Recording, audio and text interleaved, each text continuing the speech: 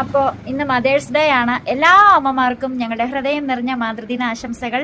Happy mother's day. അപ്പൊ mother's day ആണെന്ന് അറിഞ്ഞപ്പോൾ ആൻസൂട്ടും പറഞ്ഞു മദേഴ്സ് ഡേ ആയിട്ട് ഗിഫ്റ്റ് ഒന്നും തന്നില്ല എന്ന്. ഒരു ദിവസം ആൻസൂട്ടിന്റെ ബർത്ത്ഡേയുടെ അന്നായിരുന്നു മദേഴ്സ് ഡേ വന്നത്.